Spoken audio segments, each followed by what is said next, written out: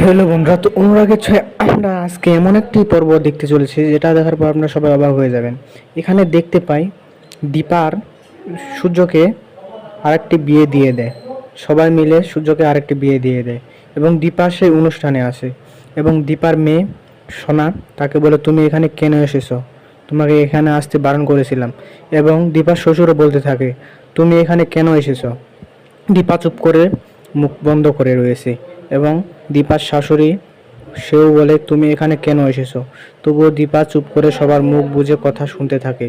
অন্যদিকে দেখা যায় সূর্য অনেক টেনশনে রয়েছে, সে কিছু বুঝতে পারতেছে না।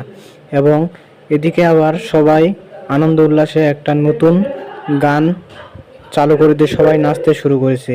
এটা দেখার পর দীপার আর কষ্ট সহ্য হচ্ছে না এবং সে বিয়ের অনুষ্ঠান চলতেই থাকে। তো এর পরের পর্বে কী হতে চলেছে সেটা দেখার জন্য আমাদের চ্যানেলটি অবশ্যই লাইক, কমেন্ট, শেয়ার ও সাবস্ক্রাইব করে পাশেই থাকবেন।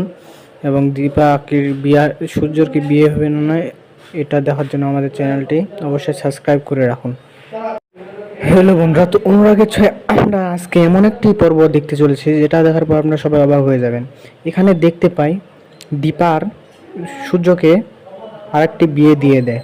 সবাই মিলে সূর্যকে আরেকটি বিয়ে দিয়ে দেয় এবং দীপা সেই অনুষ্ঠানে আসে এবং দীপার মেয়ে সোনা তাকে বলে, তুমি এখানে কেন এসেছো? তোমাকে এখানে আসতে বারণ করেছিলাম। এবং দীপার শ্বশুরও বলতে থাকে, তুমি এখানে কেন এসেছো? দীপা চুপ করে মুখ বন্ধ করে রয়েছে এবং দীপার শাশুড়ি সেও বলে, তুমি এখানে কেন এসেছো?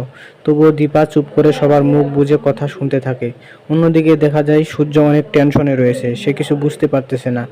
এবং এদিকে আবার সবাই আনন্দ উল্লাসে একটা নতুন গান চালু করে দিয়ে সবাই নাচতে শুরু করেছে। এটা দেখার পর দীপার আর কষ্ট সহ্য হচ্ছে না এবং সে বিয়ের অনুষ্ঠান চলতেই থাকে। তো এর পরের